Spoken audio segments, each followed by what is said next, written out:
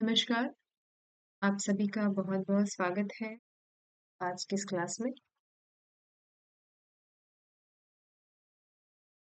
आज की आपकी क्लास है एचपीएससी अ, मेंस के एग्ज़ाम के तहत, ठीक है? जी हाँ, आपकी मेंस की भी परीक्षा की तैयारी साथ-साथ चल रही है, क्योंकि स्क्रीनिंग की तैयारी तो हमारी अ, जो है वो धुआंधार होनी ही चाहिए, लेकिन मैंने पहले भी कहा था, साथ में आपको मेंस का थोड़ा-थोड़ा पढ़ के चलना होगा। अचानक से जो है वो नहीं आ जाएगी, आपकी तैयारी हो पाएगी, इसलिए थोड़ा-सा मेंस को देखते हुए चलेंगे हम लोग, ठीक है? हुँ, सॉरी। हाँ, तो हम बात कर रहे थे कि आपकी रीटन एग्ज़ाम की भी तैयारी साथ-साथ में चलनी चाहिए और लगातार उस पे थोड़ी बहुत तैयारी और थोड़ी बहुत डिस्कशन आपके आंसर राइटिंग की प्रैक्टिस हम लोग ठीक और मैं कोशिश करती हूँ कि आप सभी के भेजे हुए आंसर जो है वो अधिक से अधिक चेक करके आप लोगों को भेजूँ। तो चलिए आज हम बात करेंगे एक नए प्रश्न पे साथ ही हम बात करेंगे एक आंसर भी चेक कर लेते हैं और उसके साथ बात करेंगे एक नए टॉपिक पर। ठीक? चलिए पहले हम आंसर देख लेते हैं। ये आंसर है जो हम लोगों ने पिछले क्लास में डिस्कस किया था ना, तो ये आंसर जो पिछले हफ्ते इसमें प्रश्न भेजा गया था, अंधेरी नगरी नाटक का सांकेतिक महत्व और आज के समय में इसकी प्रासंगिक चर्चा करिए, ठीक है? ये है आपका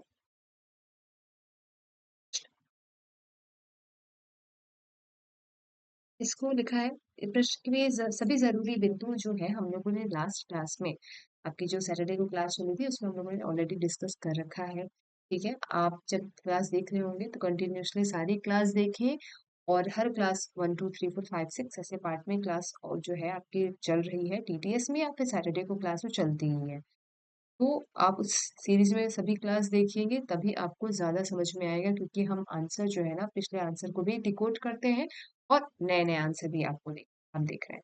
कोशिश करो सभी क्लास देख लो, बहुत लंबी क्लास नहीं है, छोटी-छोटी क्लास है और आपके लिए इम्पोर्टेंट भी है। यदि आप डिस्क्रिप्टिव मोड पे एग्ज़ाम दे रहे हैं, कोई भी स्टेट का डिस्क्रिप्टिव मोड पे एग्ज़ाम दे रहे हैं, तो सभी जगह के लिए आपके लिए महत्वपूर्ण है।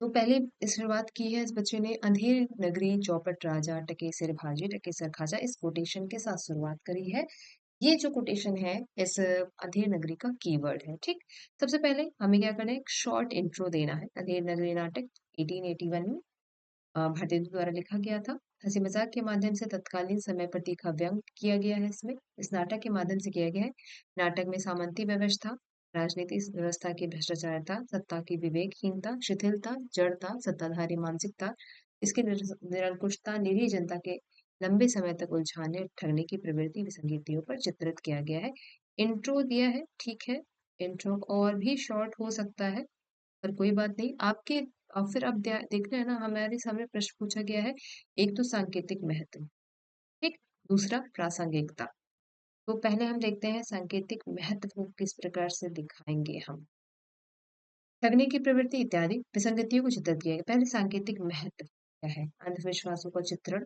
व्यंग्य और मुझे सबसे अच्छा ये लगा कि आपने जो पॉइंट्स में सभी को डिफाइन किया है उदाहरण के साथ व्यंग्य और व्यंग का उदाहरण फिर प्रतीकात्मकता और काल कालजयी नाटक ये देखो ये जो तरीका है आ, हम आंसर राइटिंग घर पे कर रहे हैं ठीक है अब ये आप चाहो तो डिटेल में लिख सकते थे लेकिन जैसा कि है अगर आप समय सीमा के साथ कर रहे हो आंसर राइटिंग करते वक्त एक ये भी ध्यान दो जब इस तरह की आंसर राइटिंग करो ना तो अपने लिए ध्यान दो कि तुम्हें 10 से 15 मिनट में 10 से 15 मिनट में तुम्हें आंसर राइटिंग ये एक आंसर खत्म भी कर लेना है। अभी से प्रैक्टिस डालोगे तब आगे जा करके तुम्हारा और अच्छा प्रैक्टिस होगा ठीक है तो आप समय सीमा अगर बांध करके लिख रहे हो प्रैक्टिस कर रहे हो तो ठीक है उस हिसाब से आपने पॉइंट पॉइंट दे दिया ठीक है लेकिन अगर समय सीमा नहीं बांधी थी तो इसको थोड़ा थोड़ा डिकोड कर किया जा सकता है ये सब हम मैंने जो आप लोगों को टिप्स दिया था ना ये परीक्षा के लिए दिया था टिप्स ये परीक्षा में अगर आप दे रहे हो और आपके पास समय की कमी है या नहीं आ रहा है तो आप इस तरह के पॉइंट्स डाल के छोड़ देंगे लेकिन अगर आप घर पे बैठ के कर रही हैं और घर पे बैठ के यदि आप टाइम जोन के हिसाब से कर रहे हो तो ठीक है टाइम बांट दिया है कि 10 मिनट में ही हमें लिखना है 15 मिनट में लिखना है तो ठीक है अदरवाइज इसको थोड़ा सा डिटेल कर देंगे। ज्यादा कुछ नहीं तो पॉइंट्स में ही लिख दो, कालजयी नाटक है किस रूप में, प्रतीकात्मक है तो किस रूप में, ठीक। बस इतना ही पॉइंट में लिख लेना है।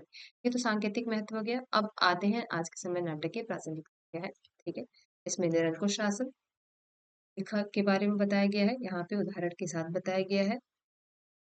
सरकार का स्वरूप, अब थोड़ा सा आप जब देखोगे, और मूल्यहीनता, ये अगला है।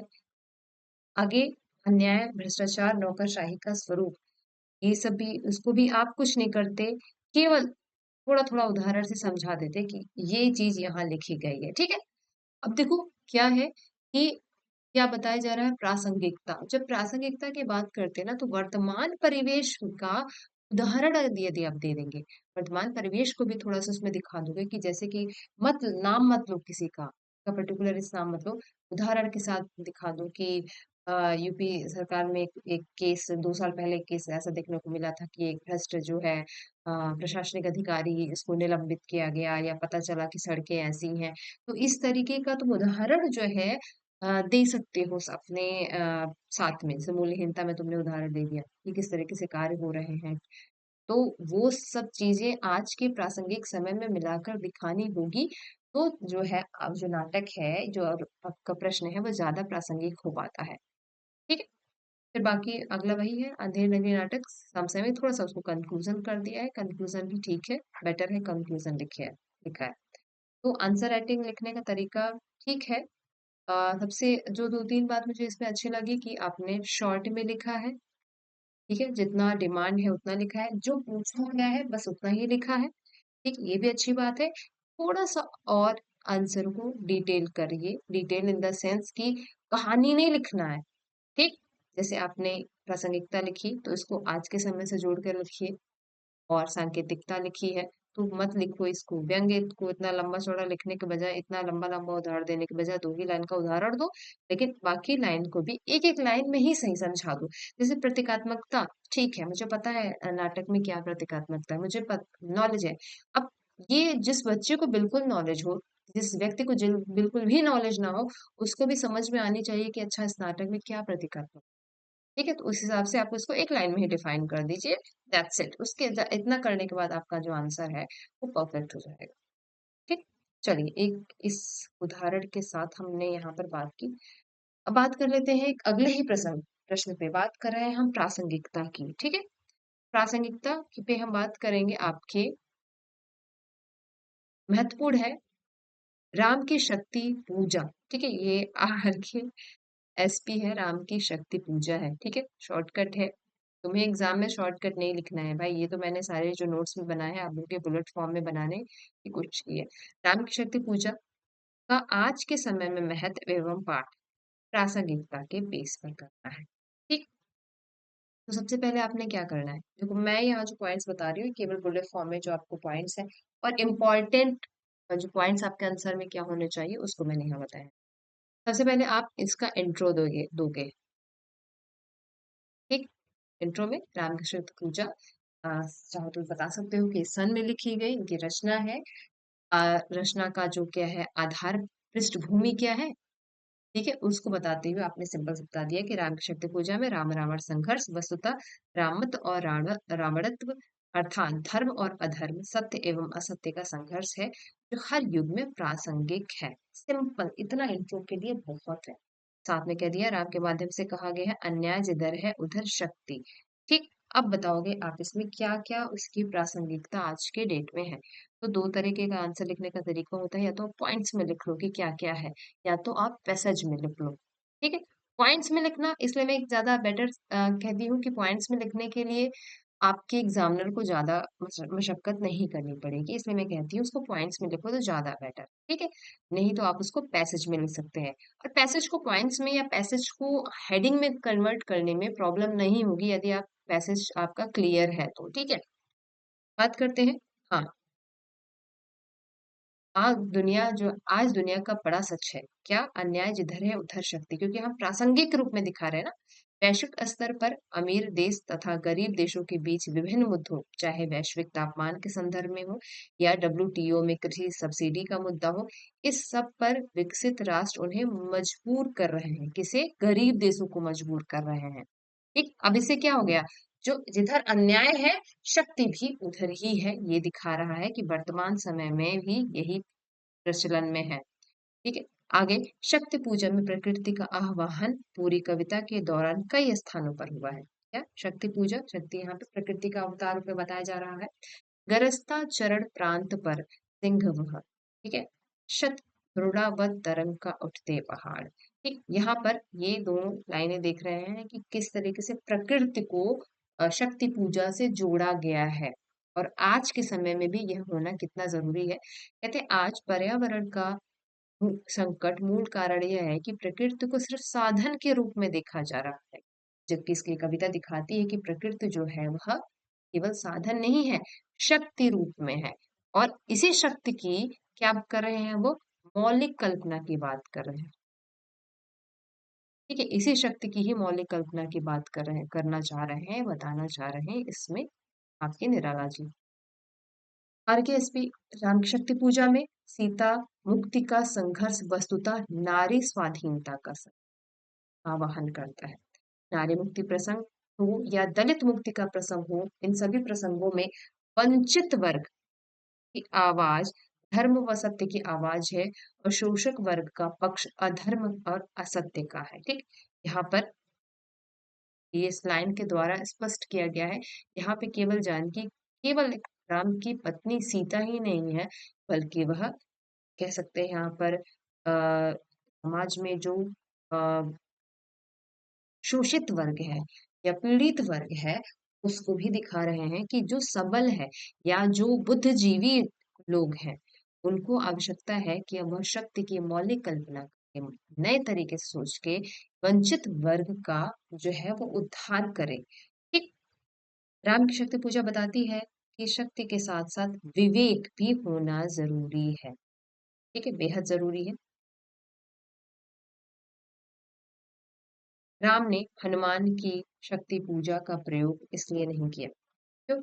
आज परमाणु का बम आदि के कारण मनुष्य की शक्ति बेतहाशा बढ़ गई है, जो अविवेक का परिचायक है। क्या असंभाव्य हो यह रावण के लिए धारे। देखो उसमें भी ये है कि अ, हनुमान जी को अपनी शक्ति का एहसास हो चुका है, वह शक्ति अपनी पहचान गए हैं।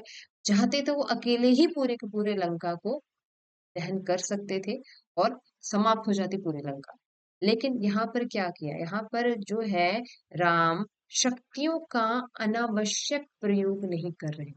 यहाँ पे कहीं ना कहीं उसको परमाणु बम से जोड़ के दिखाया गया है कि जैसे हर देश के पास शक्ति हो गई है, वह शक्ति जो क्षण भर में नष्ट कर सकती है, उस शक्ति का प्रयोग जो है वह हर देश आजकल उतारू है। अब जहां देखिए तुरंत लड़ाई होती है, और अगर कोई देश अपने आप को नहीं संभाल पा रहा है तो तुरंत धमकी देता है कि भाई अब हम परमाणु बम डालेंगे। क्यों? क्योंकि वह इस वैज्ञानिकता का या इस विद्या का प्रयोग करने के लिए स्वतंत्र है। उसके पास किसी भी तरह का सामाजिक या मौलिक या मूल्य हित बंधन वह स्वीकार नहीं कर रहा है। अब केवल स्वार्थ की लड़ाई चल रही है। स्वार्थ में समाज को या प्रकृति के कल्याण को किसी को भी मनुष्य नहीं देख रहा है। जबकि वही संदेश देते हैं यहाँ इस कविता में कि था, राम के पास भी पूरे अस्त्र शस्त्र थे, राम के पास हनुमान जैसा जो है वह क्या कहते हैं वीर प्रतापी था, लेकिन हनुमान चाहते तो एक बार में ही समाप्त करते थे, लेकिन फिर भी राम ने स्वयं युद्ध लड़ना उचित समझा। ठीक, ये बहुत इंपॉर्टेंट पॉइंट है इसमें भी। ठीक है, आज का देखो जो समय है ना, इस समय का वह अलग कई सारी सी परिस्थितियों के साथ है। जैसे कि ये जो हम कह सकते हैं, जहां अन्याय है उधर शक्ति, ये ये जो है वह मूल है इस समय। ठीक है, और जो शक्तियां हैं, ऐसी शक्तियां जो अन्याय है, या जिस जो ऐसी शक्तियां हैं वो बहुत बड़े रूप में आकर के सत्य को, सदाचार को निगलने के लिए तत्पर है। लेकिन ऐसे शक्तियों को, ऐसे तत्वों को कैसे नष्ट किया जा सकता है? हम हाथ हाथ पे हाथ रख के बैठ नहीं सकते, बल्कि हम निराश नहीं हो सकते, हाथ पे हाथ दे करके नहीं बैठ सकते, हमें एक मौलिक कल्पना करनी होगी, शक्ति की मौलिक कल्पना करनी होगी, जिसके लिए एक और जो इसमें संदेश दिया गया है, जामवंत जैसे जामवंत जैसे बुद्धिजीवियों को भी आगे बढ़ना होगा, ठीक है। और समाज में सही दिशा की ओर या सही तरफ की ओर, सदाचार की ओर, न्याय के लिए जो है, नैतिकता के लिए पुरुषार्थ का साथ देना होगा। यह भी महत्वपूर्ण है, जो कि आप इस कविता में स्पष्टता दिखाता है, ठीक है। ये चीज जरूरी है कि आप समझो। और अंत में जो ये कविता प्रासंगिकता के साथ साथ बहुत ही जब जो कि मैं कहती हूँ, आप जब इन वो करते हो ना, क्या कहते हैं, कंक्लूजन कंक्लूड करते हो, तो मैंने हमेशा कहा है कि आप उसको सकारात्मक वे में थोड़ा सा दिखाओ। किसी भी प्रासंगिकता पे बात कर रहे हो, समस्या पे बात कर रहे हो, तो समस्या पे बात कर रहे हो तो उसका कंक्लूजन समाधान के साथ दिखाने की कोशिश करो। प्रासंगिकता पे बात कर रहे हो तो थोड़ा सा पॉजिटिव वे में दिखाने की कोशिश करो। जबकि यह कविता जो है, अंत में एक समाधान भी देती है। समस्या पे तो बात करती है, समस्या दिखाती है, लेकिन अंत में समाधान देती हुई जाती है। इस कविता का यह आशय या पॉजिटिव एक्सपेक्ट है, क्योंकि अंत में कहती है कि होगी जय पुरुषोत्तम नवीन, यह महाशक्ति राम के वंदन में हुई लीन। ठीक है, तो यह एक भविष्य की संभावनाओं का भी जिक्र जो है आपको इस कविता में दिखाई पड़ता है, या इस पाठ में दिखाई पड़ता है। ठीक, तो बहुत शॉर्ट में लिखना है पॉइंट्स। और जो है प्रश्न पूछा जो गया है बस उतना ही लिखना है। आप ज्यादा से ज्यादा क्या करते हो, जितना ही पॉइंट्स मैंने बताए, चाहे नारी स्वाधीनता, वंचित वर्ग की आवाज, पर्यावरण संकेत, शक्ति की मौलिक कल्पना, या अन्याय जिधर है उधर शक्ति, इन सबको अलग अलग हेडिंग भी डाल करके लिख सकते हो। ठीक है, अधर्म असत्य का रूप, ये सबको आप चाहो तो अलग हेडिंग डालो, या परमाणु बम, हनुमान रूपी परमाणु बम, इन सब का अलग अलग चाहे आप हेडिंग डाल करके भी लिख सकते हो, या आप उसको इसी तरीके से पैसेज वाइज में भी लिख सकते हो। ठीक, हाँ, जब पैसेज वाइज में लिखोगे तो आप इसको हमेशा, पेन ही रहेगा आपके पास, उसी पेन से हाईलाइट कर दो, नीचे ऐसे बोल्ड कर दो, बस और कुछ करने की जरूरत नहीं है। उदाहरण, हर बात को मैंने हर बार कहा है, अपनी बात को जब आप कहते हो तो उदाहरण के साथ ही उसको पुष्ट करना होगा। ठीक है, अब ये मैंने जो कंटेंट में मूल क्या होना चाहिए उसको बता दिया। ठीक है, क्या आप किस तरीके से लिखो उसको भी बता दिया। अब आपने क्या कोशिश करनी है, अब आपने कोशिश करनी है कि राम की शक्ति पूजा की प्रासंगिकता पर एक आंसर राइटिंग अपने शब्दों में लिखो। क्या क्या उसमें लिख सकते हो, तो कोशिश करो कि अपने शब्दों में आंसर राइटिंग राम की शक्ति पूजा पे लिखो। वैसे तो आपको हफ्ते में 2 आंसर जो है लिखने के लिए आपको होमवर्क दिया ही जा रहा है, होमवर्क तो देना पड़ेगा, क्योंकि बिना होमवर्क दिए आप लोग लिखोगे नहीं। ठीक है, तो और आप लोग भेज भी रहे हो, मैं कोशिश कर रही हूँ कि आप लोगों के आंसर को लूं। और इसी तरीके से, चूंकि मुझे लगता है बच्चे कभी भी जो है आंसर देख रहे हैं और भेज रहे हैं, तो मैं कोशिश कर रही हूँ कि आप जब भी जो आंसर भेजें, मैं उसका फीडबैक वहां भी दूं। और अगर आप चाह रहे हैं तो फीडबैक मैं उसका ओपन ऐसे प्लेटफॉर्म पर भी दे रही हूँ। ठीक, तो आप कोई भी आंसर और लिख रहे हैं तो भेजिए, दिखाइए जरूर। हम कोशिश करेंगे कि उस आंसर में कुछ और अच्छा इनोवेटिव जोड़ने की कोशिश करें, और आप, ताकि आपका आंसर जो है और अच्छा हो जाए। तो 2 आंसर आपको ऑलरेडी दिए जा चुके हैं। ठीक है, आपको 2 आंसर दिए गए हैं आंसर राइटिंग करने के लिए। मैं फिर से वो बता देती हूँ कि कौन कौन सा है आया इस क्लास में भी। सैटरडे तक भेज दें तो आप लोग ज्यादा बेटर है, हम लोग इस पे एक और चर्चा अच्छे से कर सकेंगे। जिसमें आपका पहला जो आंसर राइटिंग के लिए पहला जो क्वेश्चन था, वो है कि हिंदी साहित्य के संदर्भ में पाली भाषा का महत्वपूर्ण स्थान। इस पे भी आप आंसर जो है वो लिख करके भेज सकते हैं। दूसरा प्रश्न है, बिहारी के काव्य में श्रृंगार, भक्ति और नीति की त्रिवेणी का प्रवाह है, इस कथन को स्पष्ट कीजिए। ठीक है, ये 2 प्रश्न जो है वो आपको दिए हुए हैं, तो उन 2 प्रश्न को भी उत्तर दे सकते हैं। अगर आप राम की शक्ति पूजा का जो आज की क्लास में मैंने समझाया है, आज क्लास में जिस पे हमने बातचीत की है, अगर आप राम की शक्ति पूजा पर भी अपना आंसर देना चाहें तो वो भी भेजिए। फ्रेमिंग मैंने आपको बता दी है, फ्रेम में डालना क्या है वो बता दिया है। लिखने का तरीका आप सबका अलग अलग हो सकता है, आप हो सकता है आप और अच्छा लिखो। ठीक है, तो लेकिन मैं फिर कहूँगी लिखते रहो, बिना लिखे कोई शॉर्टकट नहीं है। पढ़-पढ़ के बच्चों को जैसे क्या है ना मटेरियल चाहिए, मैम ये दे दीजिए, वो दीजिए, वो दे दीजिए, सब जगह का मैं ब वो पुस्तक भी बता रही हूँ आप लोगों को समय-समय पर। लेकिन जब तक उसको तुम लिखोगे नहीं अपने अपने हैंडराइटिंग में नहीं लिखोगे, तब तक जो है वो और अच्छा आंसर आपका तैयार नहीं होगा, ठीक? तो आपने कुछ नहीं करना है, आपने अब बस हर 2-3 दिन पे लिखना है। पर बहरहाल अभी तो यूपीएससी के पेपर हैं, तो जो बच्चे यूपीएससी के पेपर दे रहे हैं, अब आप लोग 17 के बाद ही कुछ आंसर राइटिंग करना शुरू करिएगा। जो बच्चे नहीं दे रहे हैं यूपीएससी के पेपर, प्लीज़ आप सब लोग आंसर राइटिंग कंटिन्यू और करते रहो, ठीक है? बाकी जो भी समस्या आ रही है, आप बताएँ, समझाएँ, हमारी कोशिश रहेगी कि हम आप लोगों को ज़्यादा से ज़्यादा प्रश्नों का उत्तर दे सकें और कोशिश करें कि एक आपकी जब तक आपका स्क्रीनिंग एग्जाम हो जाए ना तब तक आपका एक जो है आंसर राइटिंग का एक बेस भी अच्छा स्ट्रॉन्ग हो जाए ठीक तो चलिए मिलते हैं फिर अब अगले क्लास में ऐसे ही हम ज्यादा डिस्कशन नहीं करती एक आंसर राइटिंग पे हम डिस्कशन करते हैं आप लोग से रोज और 15-20-25 मिनट की एक क्लास होती है और सैटरडे की क्लास हमारी लंबी होती है ठीक है बाकी चलिए फिर मिलेंगे आप लोग से नेक्स्ट क्लास में तक जो भी आंसर राइटिंग भेज रहे हैं और हाँ मैं फिर कहूंगी थोड़ा-सा मेहनत करो, थोड़ा-सा टेक्नो फ्रेंडली बन जाओ। आपने यूट्यूब पे यूज़ करना सीख लिया है, आपने एप्लीकेशन पे क्लासेस लेना सीख लिया है, पीडीएफ पढ़ना सीख लिया है। अब जो है, जो आंसर लिख रहे हो ना, उसको पीडीएफ बना कर के भेजना सीखो। तो क्योंकि अब जो ऑनलाइन की क्लास है ना, इसमें पूरा तो करना पड़ेगा। तो पीडीएफ बना कर के भेजिए अब अगर आप लोग अपने तो चेक करने में मुझे सहूलियत हो जाएगी।